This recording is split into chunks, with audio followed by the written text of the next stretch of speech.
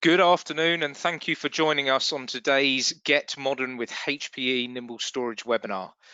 I'm Andrew McDade, Storage Business Lead for HPE UK and I will be hosting today's call.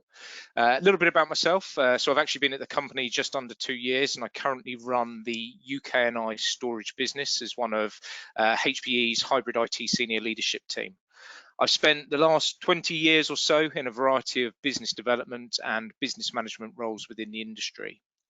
For me, if you take one thing away from today's webinar, it's that we are here to help. I'm extremely passionate and proud of working for HPE, a company that continues to put its customers and its employees first, which is stressed now more than ever in the current climate. Joining me and presenting to today's session is Nigel Williams. Nigel, would you like to quickly introduce yourself? Thank you, Andrew. Yes, my name is Nigel Williams. I am a technical solutions architect within the territory storage team, more commonly known to everyone in the world as an SE in the pre-sales land. I have been with HPE now for nearly 3 years as part of the storage solutions team.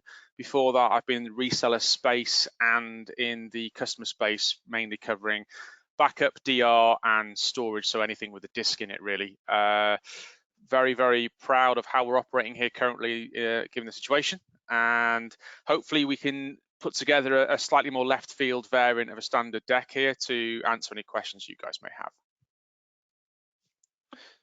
Brilliant, thank you, Nigel. So today we want to talk to you about how to get modern in a constantly changing environment where more and more organizations are facing new IT challenges, where demand is quite often unpredictable, where more customers are looking for solutions to support business continuity, and where customers' priorities continue to adjust both now and ongoing into the future. I mean, some of the common challenges we continue to hear are around where organizations can't move quickly enough to adapt to external factors, where enterprises need their people to be productive remotely. Schools and universities, great current example, where they need to deliver online learning platforms immediately. Again, research organizations where they need to collaborate in real time, where hospitals need more storage for increased imaging demands, as another example, or need more capacity for new pop-up facilities. I look at IT teams and their need and ability to free up resource to focus on these new and evolving priorities, and also where organizations need to be able to preserve their cash. I think these are just a few of the more frequent challenges that we're being asked to support. And I think everyone on this call today, can really relate to at least a couple, if not more.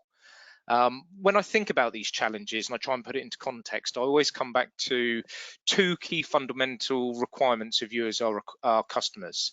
The first requirements being around agility, and the second mainly around flexibility, which is why I think today's session is so relevant, especially with what Nigel will cover later on around HPE's InfoSight, cloud volumes and timeless storage.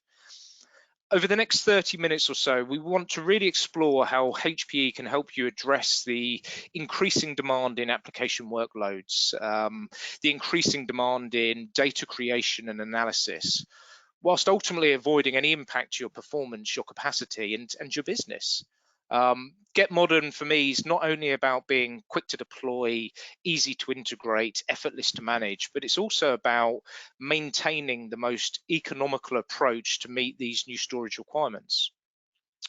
As I said earlier in the kind of opening introduction, HPE really is here to help. And a great example of this is the recent announcement from HPE Financial Services, where we've launched a $2 billion payment relief program, which is ultimately designed to specifically help you as customers alleviate some of the strain felt as you navigate uncertain business climates.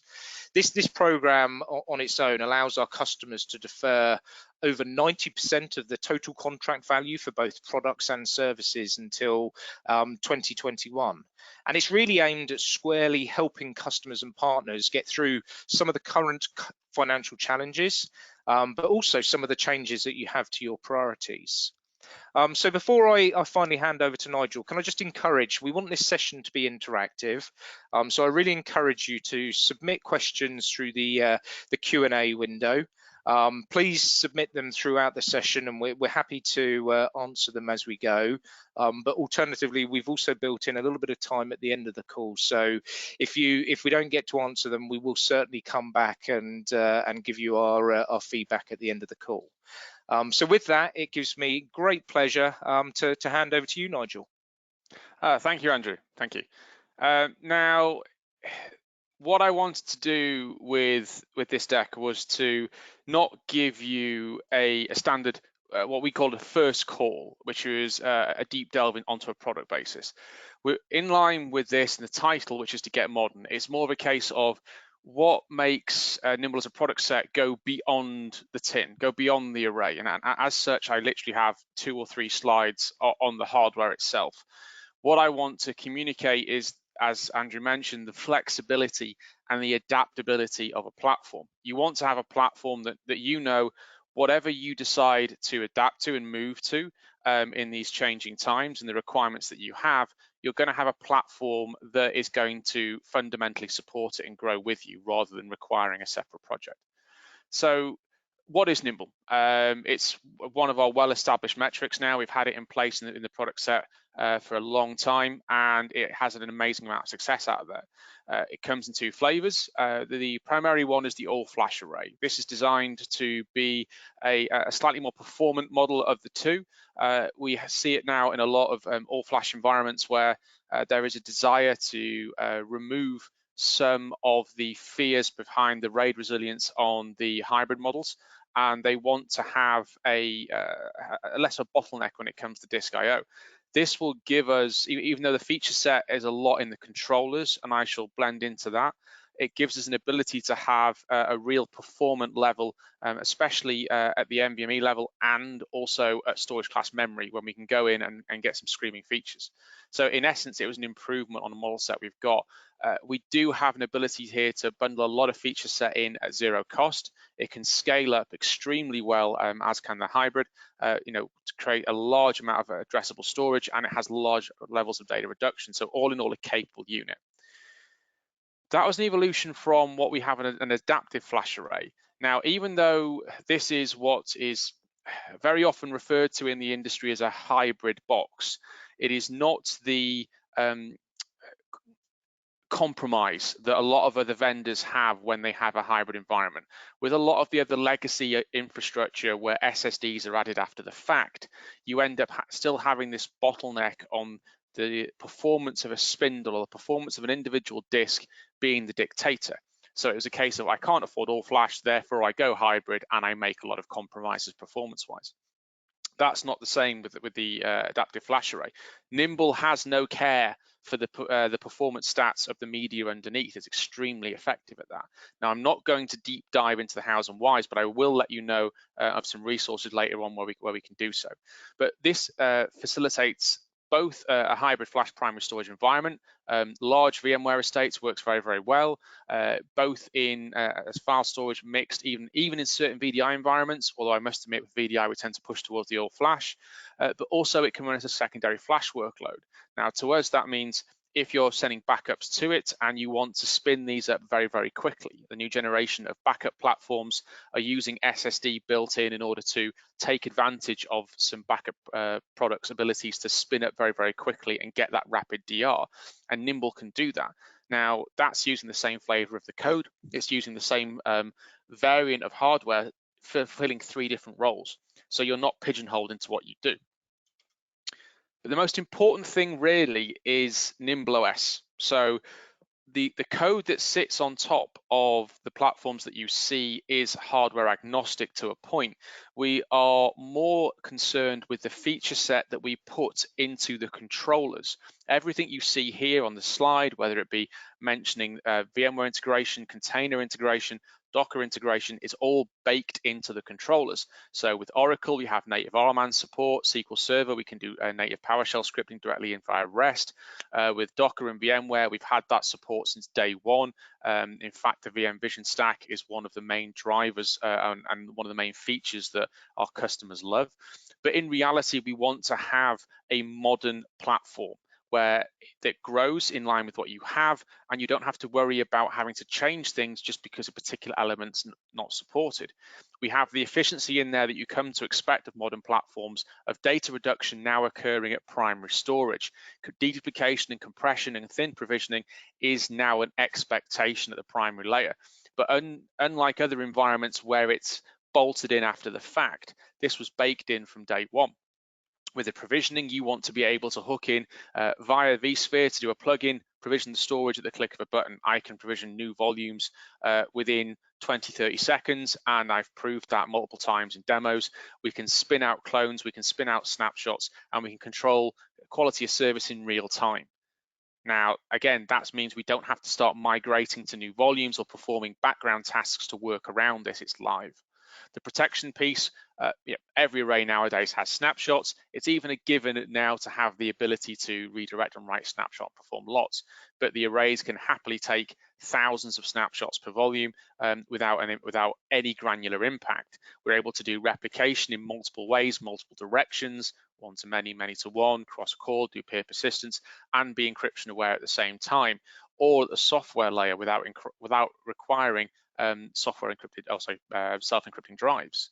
Again, all baked in, no extra license costs, and all running through. And finally, on the monitoring piece, well, we have InfoSight for that, which is an extremely deep piece, which I'll go into in the next slide. And that defines what we call a multi-cloud flash fabric. Nimble as an entity is aware both at the cloud layer and a hybrid layer and an all-flash element where they can all be blended and managed as one. And that's the important piece. It's not just small silos of storage that you're having to spend a lot of time and resource on. Times like these, you have far higher priorities that you need to be dealing with. You want to put in a piece of tin that you can work with and just let it grow with you with minimal hassle. Now, speaking of the final piece, we go over to InfoSight. Now, those of you that haven't been living under a rock for the last year will know that this is something that we have been shouting from the skies with every product set we do. This was something that came in as part of the Nimble acquisition a number of years ago, and really it has to be seen to be believed in what it does.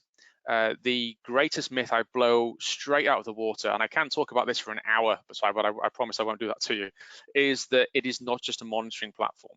It is a true AI infrastructure at the back end that's designed to give a wealth of information and a wealth of actions to the customer to take the workload off them. So what we've proactively been doing is rolling that out across our entire portfolio, whether it be our storage BUs, whether it be Synergy, whether it be other elements, or even our cross-stack networking that we have. We want this to be an all-encompassing. So when I talk to customers about getting modern, this is the first thing I show them. I want to be able to take them away from having to look at email notifications that are coming through. I want them to see recommendations that are coming out live and generally make their life easier and free up resource to do other work. And we want that to be operating both in self-healing and self-optimizing. We want it to do the work in the background for you. So what really makes up InfoSight? The first part of that is what we refer to as a cross-stack telemetry, which is a posh way of saying we've collected data from every array in the field with the Nimble family since day one. And InfoSight started out as a support platform. We then realized the value in it and moved it out to offer to customers with a customized front end. That has grown out to encapsulate the other storage portfolio, but also into the compute pieces with ILO integration and into our new DHCI stack, meaning that we get all that telemetry and we're collating it in one layer and presenting it in a more useful format. We've had VMware integration for several years now, so we take the ESX top data from ESX hosts, and a lot of you might have just seen the new release of vSphere 7. There's talk of the VSSM driver in that. We've already got that baked into InfoSight, taking that data and giving you a logical view of what you deal with. Sat above all of that telemetry and the sources that we use, we have a cloud-based platform. So that is what the customer sees as InfoSight. But in the background, we have an analytics engine which takes that trend analysis from what you have. So it might see your CPU usage over time, it might see your data reduction over time, but it doesn't just use your data alone. It combines it with the other metrics and other telemetry it has from all of the arrays in the field. It means that anyone who does anything with data knows that the more that you have, the more accurate it can be. And it means we can give you recommendations on upgrades, we can give you recommendations on bottlenecks based on other events in the field. And it also allows us to do things like blacklisting and whitelisting to mean that when we hit a problem for the first time, we can inoculate every array in the field. The goal essentially is to make it so that a problem is only ever encountered once. And every time it appears again, it can be automatically resolved. And that gives us a differentiated impact. We want to be able to be almost predictive in the way that we offer support out. We don't want to have the way that you ring us with a problem, we tell you, actually, yeah, that happened in a software update that occurred in Knowledge Base Article 4002. Did you not read it? You shouldn't really be doing that. Instead, we want to be taking that for you and making the changes for you. We want to be able to have those operations occur in the background and give you a more intelligent infrastructure to deal with on a day-to-day basis. If it's more intelligent, you're more confident in it. If you're more confident in it, you can just leave it to run. If you leave it to run, again, going back to this flexibility and the agility, you're freeing up time and resource for yourself. So you can get on with the higher priority projects that you've got. But the proof's in the pudding. So how do we actually do it? Is it just a support portal? And we promise to be very, very efficient in the back end? Or are we essentially going on and say, this is how it actively works? So you can see here the life cycle of a genuine case management through InfoSight.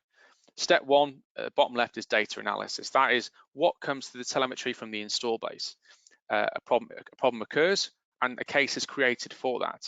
Now, if this is the first time that we've encountered that case, it will then go out to support. It will look through the various elements of telemetry that we have, both the storage, both the configuration, and other things involved. We also look at best practices and non-best practices.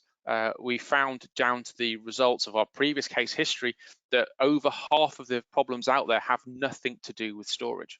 And as a result, we've taken a standpoint that we will be involved full stack.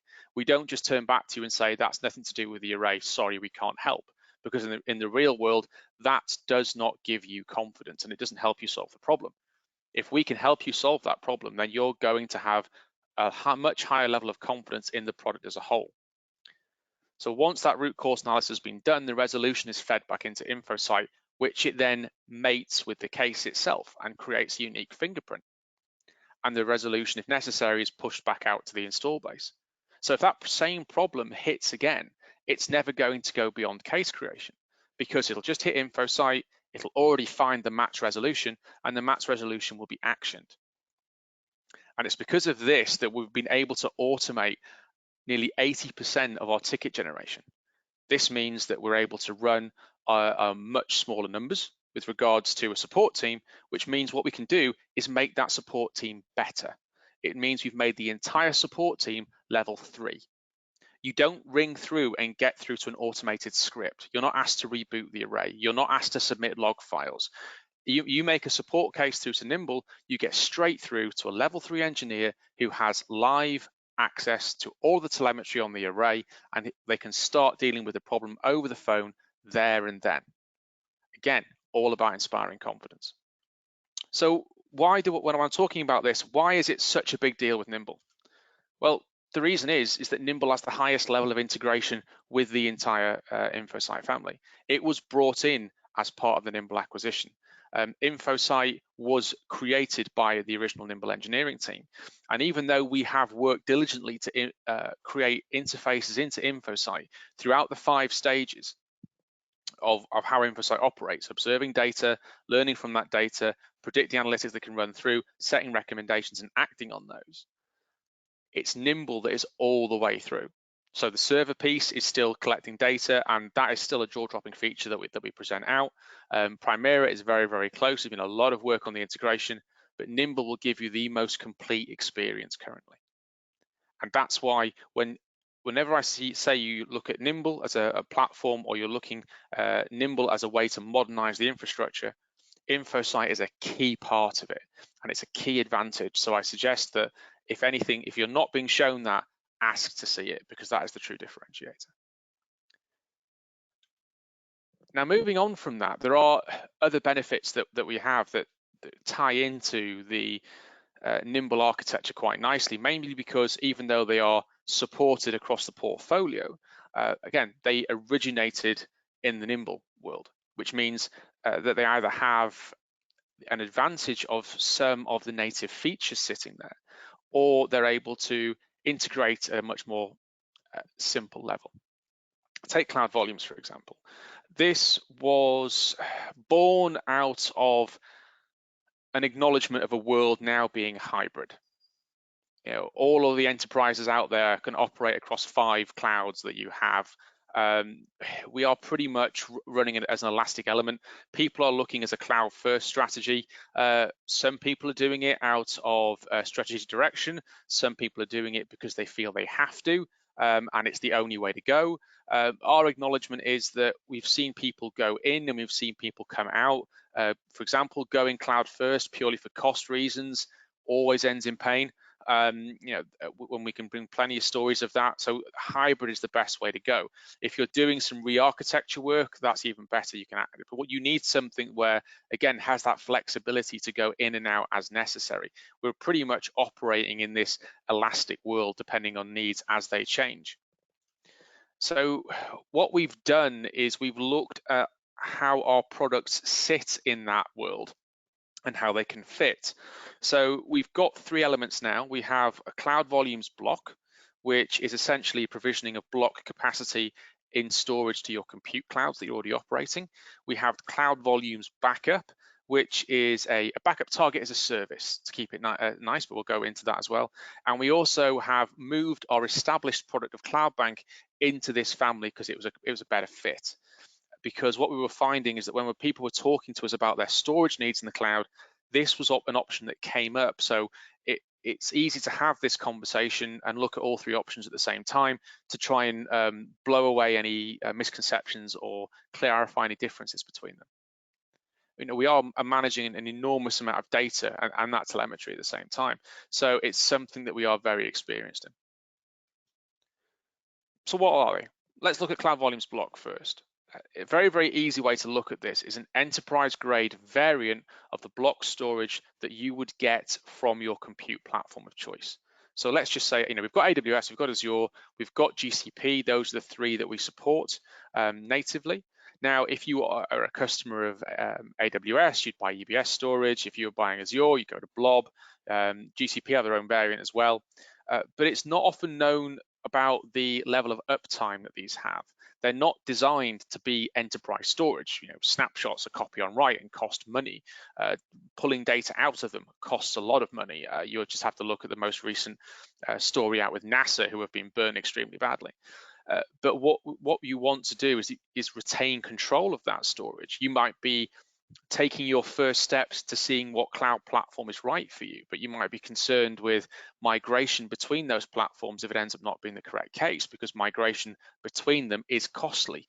Remember, these systems are designed to lock you in, and it's their business model that they don't hide it. So what if you could have the ability to own the storage yourself, have an easy way to store into it, have no egress charges if you pull out of it, and be able to move it between those 3 providers at will? That is where you get the strength. It has the ability to essentially purchase the storage from us. When you create that volume, as much as you would on a local array, you present that to your compute cloud, and that's a very, very easy thing to do. There's a simple web GUI that sets it up. All 3 of those clouds support external storage. And when you set the volume up, you just tell it whether you're connecting to AWS or Azure or GCP. Your details will be pre-configured, and it's presented. Now, you might create a large volume, a small volume, but you then decide, actually, no, there's been a strategy shift, there's been a priority change, our development team has changed, or there is an element that needs to be shifted onto another platform, for example. It's a 10-second job to move. Rather than having to pull all your data out of one platform and into another, you can simply change which cloud compute platform it's connected to, which has been the killer feature really that I get a lot of interest in. If you're replicating from a local array or you're replicating to a local array, there's no egress charges either. Again, a major win. It's not just designed to operate with VMs either. Nimble as a technology has a certified CSI driver for Kubernetes and Docker. So if you're one of these people that are now looking at containers, you're either looking at Anthos for the container platform, or you're looking at just rolling your own, or using one of the current services that are with one of the compute providers. If you're going to do it that way, I'd recommend looking at versions, because they struggle to maintain the versions that they're running with. Then again, we can give you the storage for persistent storage to support that, and that's native in the controller. We're not installing another piece of software on the environment for you to manage that.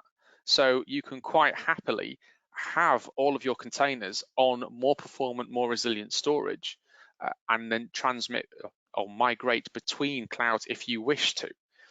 Again, it's not about having a me too tick box. It's having if this is something that you're looking at in the next 5 years, to have the knowledge that the storage that you're putting in place now has already been designed to support it and is actively being developed to support it, means that you're not going to have challenges down the road. Again, it's about building that confidence. It's about having those flexibility and about having the option. It's not buying a piece of tin to do a single silo job. It's something that can manipulate between them. And we manage this both in DHCI. We've got a rollout of, again, the Google Anthos platform, if you're going hybrid in that environment as well. It's, again, a very, very flexible platform to work with. Now, how about Cloud Volumes Backup? Now, on the surface, it seems a very, very similar thing. But what we're doing is actually giving you the ability within Cloud Volumes to create backup repositories. And as long as you've got something that has Catalyst compatible software, so Veeam 10, for example, or you have a product that already does this, uses the Catalyst protocol, so Store Once, SimpliVity, using Primera or Nimble via RMC, for example, or even Commvault, you have the ability to utilize an offsite backup, whether it be through Cloud Connect. I mean, how would that work? You have a portal, and that portal is there. You can just create those volume services. We have RMC as a tool to give you native movement at the storage layer, so you're not forced to have a cloud compute platform. You can literally have this as an online repository. Again, I mentioned you've got Data Protector, you've got Veeam, Net Backup, Commvault, any source that supports Catalyst can openly and actively use this. So you don't have to be a die-in-the-wall HPE customer, dare I say it. Hopefully you are. We'd love you to be, but if you're not, you can still use this service. We're not saying you have to have a piece of HPE tin on the ground to support this. We can then do those backups, have them sent through to the backup repository, and if you wanted to, you could recover it to a cloud volume. So you could either do an online recovery, launch it, and then link it directly into a compute platform, or you could just bring it back down. So you've got a whole bunch of options you could use, and we're maintaining all of this hardware for you, and it's all powered by Nimble. So the 6 nines of availability that you have on Nimble, you've effectively got a primary storage platform which is offering you very resilient, very effective, and very performant storage at the back end.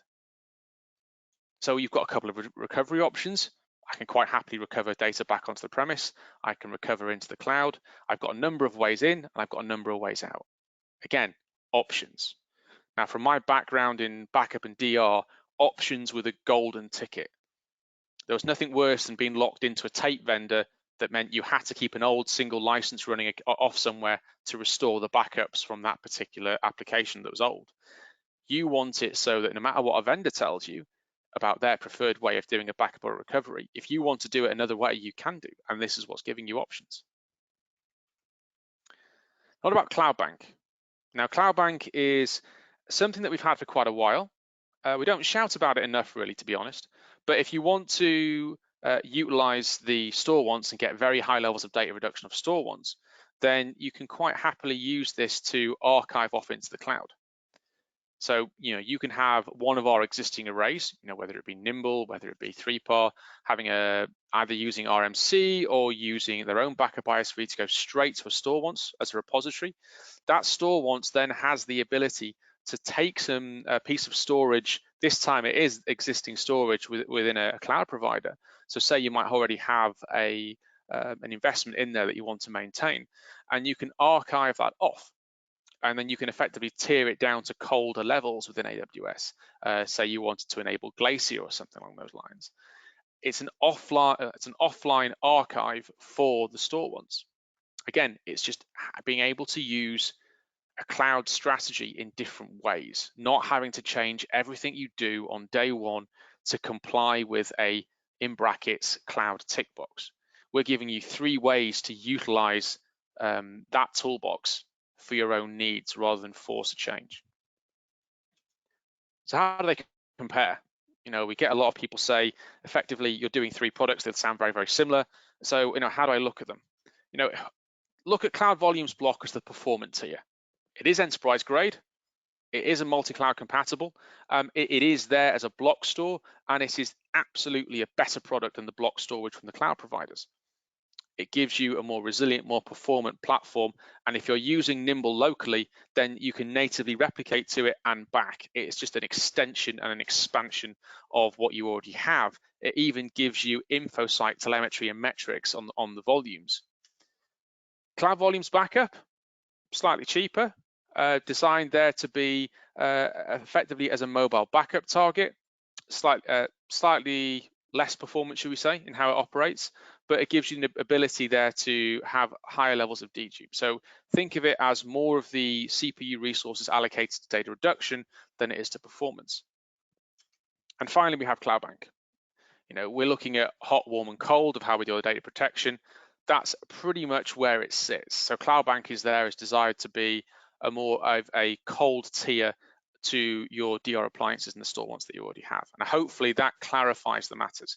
But again, any questions, by all means, drop them in, and we can put some answers from there.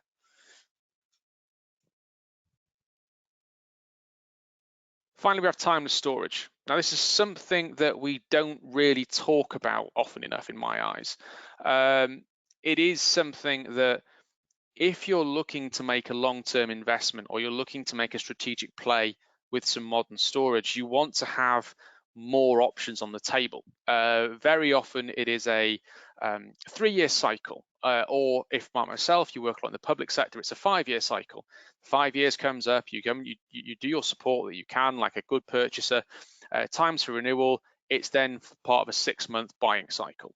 Investment, research, time taken up, fill out an RFP, then go to 3 resellers, have the chat with the resellers, have all the specs coming forward, meetings, more meetings, then choice, then installation. What we wanted to do was to give people an alternative they could run with.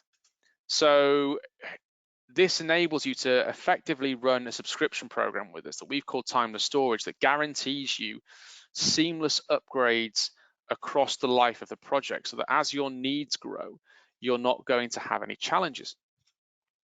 How would this work? On a 3-year cycle, you have purchase of your storage, you go with 3 years timeless support, and then at the end of year 3, there's no new arrays. Essentially, the controllers are bundled in. You have your next generation platform that comes out, the controllers just arrive. You've got a guaranteed 25% performance increase. In reality, it's a lot higher with the new generation controllers each time we've used this, but we like to use 25% as a guarantee for you. But it's not a new purchase. All you're doing is getting 3 more years support. And you can carry that on if you want into year 6, do exactly the same thing again. We've modeled this on a 10-year or 9 or 10-year cycle, depending on which one you run with. And that gives you the ability to plan in as part of your ongoing costs, but without a large CapEx expenditure every 3 years, these performance increases, rather than worrying that you're being stuck with old tech or that you're being stuck with an old feature set. Bearing in mind that Nimble is one of the most well-known platforms when it comes to integrating new features at 0 cost. If you look at the previous 2, 3, 4 years about the container support we've rolled in the continuance of support for vSphere VRA and the vVol integration. We were there with support on day 0 for the new vVol work on vSphere 7 as well. So you get all of this bundled in. The support is essentially bringing you more up to date with refreshed hardware without having to effectively budget in CapEx every few years. But we realized that 3-year cycle, it doesn't work for everybody. Again, I work in with a lot of public sector customers. A lot of them operate in 5-year cycles. So we're flexible how we operate. If you want to, you can run on a 3-year or you can run on a 5. And we're now removing the restriction of when you cash in that upgrade. So say you're in a 5-year cycle, you're halfway through your 5-year cycle, and there is a major change, a major event. All of a sudden, there's a much higher demand on your workloads, on your arrays, or on your loads, and you need to have that expansion. You can cash that in early and get that upgrade early.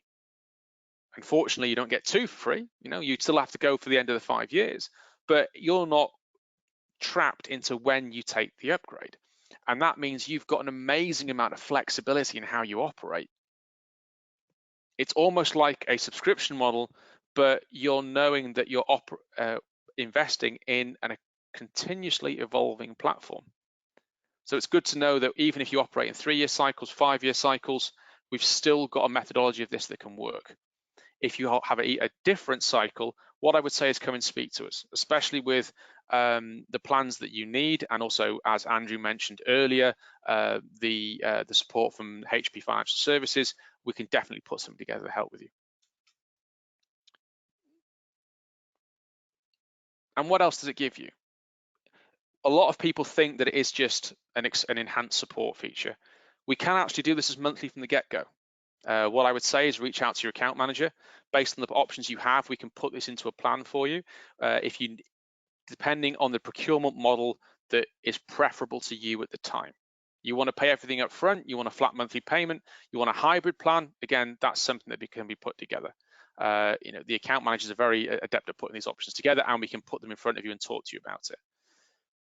As mentioned before, you've got that flexibility and that adaptability to approach your performance refresh in a more modern way. We're not locking you in at a 3 or a 5-year mark. You can pull in that credit when you want. And that's what, again, gives you confidence to tackle it, knowing that this isn't going to be a problem. And we also give you immediate credit after year 6. If you're going to put a 10-year plan in place, the first thing that is going to come to mind is obviously spindles are going to get older. And with new media around the corner, you no longer have to panic buy into the latest new tech so that you've got it. Everyone is shouting about NVMe now, all NVMe's everywhere. Unless you've got an NVMe back end, it's absolutely pointless paying the extra for it now. There's lots of arrays out there that have an NVMe and a non-NVMe version of the same model specs, but people are buying into it because they believe that they must have it for future compatibility. Well, how about a scenario or an option where you can buy into it or upfront, knowing that you can effectively have this plan that you can cash it in when it's ready without a major capex. So if you've gone 2 waves after year 6, you can cash in your existing capacity as a trade-in against it, and that's guaranteed. And it's not many people that will do that, and it means you can plan your budgets far more effectively. Now, a lot of times when we talk to customers about this, we make the mistake, and I'll hold my hands up, but we just say, oh, it's an enhanced support, you get some free control upgrades. But as you can see, there's so much more to it. And this was built with Nimble in mind. It covers cross-generational upgrades, and we even consider this in engineering when it comes to doing our new generations of platforms to behave with this model. So you're not just going to have a firefight or a forklift upgrade. So what can you guys look at this? And this is, I appreciate this was a very, very high level webinar that might not have gone into some more of the detail that what you want, which is why I always prompt and ask for the questions to run through. So what can you do? Technology-wise, we have light boards. They're now on YouTube and our own video platform. We've started to do these 5 or 6 minute videos, a little bit longer in certain places, where we go into things like the file system, data migration, cloud volumes, and if you want to take those in the very quick review, I apologize about the gentleman on the right. Obviously, he looks a bit shady, so I wouldn't watch his, but that's something that we can really work with. The NTS class, this is an extremely popular class that we run. I'm lucky enough to be an instructor on it, as are a number of people in my team.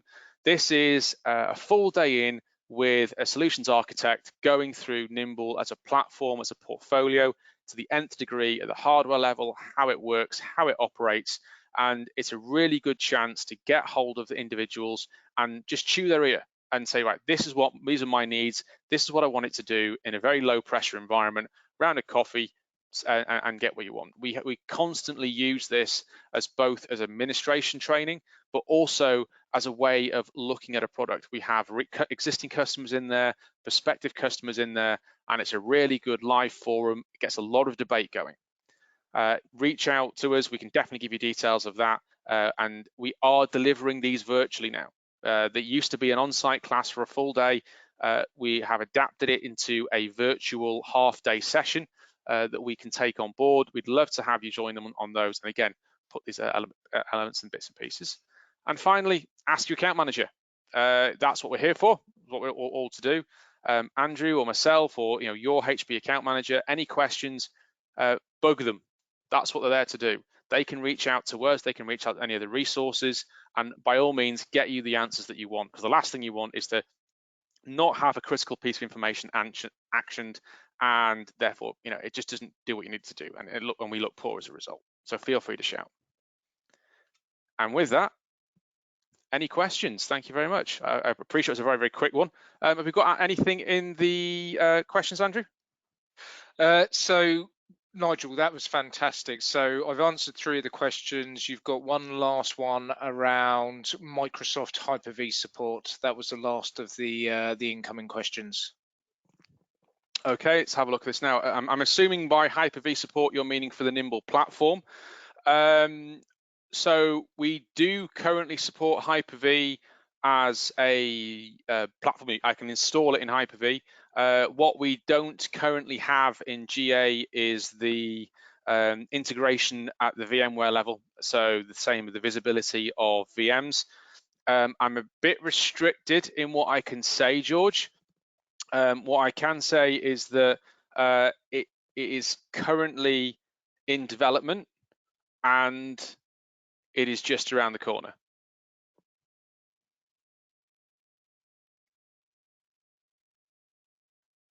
And I'm just looking at the rest of the questions to see in this here. I'd like to know more about this in detail. Can you share a link that contains a document or video of this information, please? More about what, Manesh? If you could just put a quick question there about more about what, then we can get it answered very, very quickly. And yeah, we can make the PowerPoint slides available as a PDF for people, not a problem at all.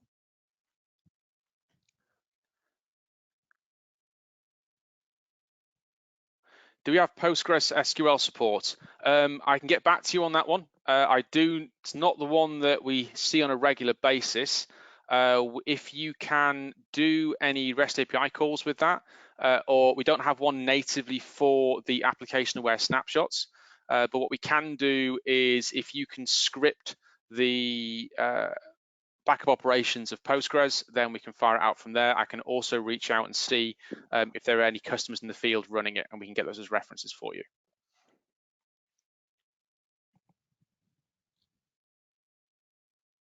Great set of questions. So on behalf of Nigel and myself, thank you very much, everybody, for joining today's webinar.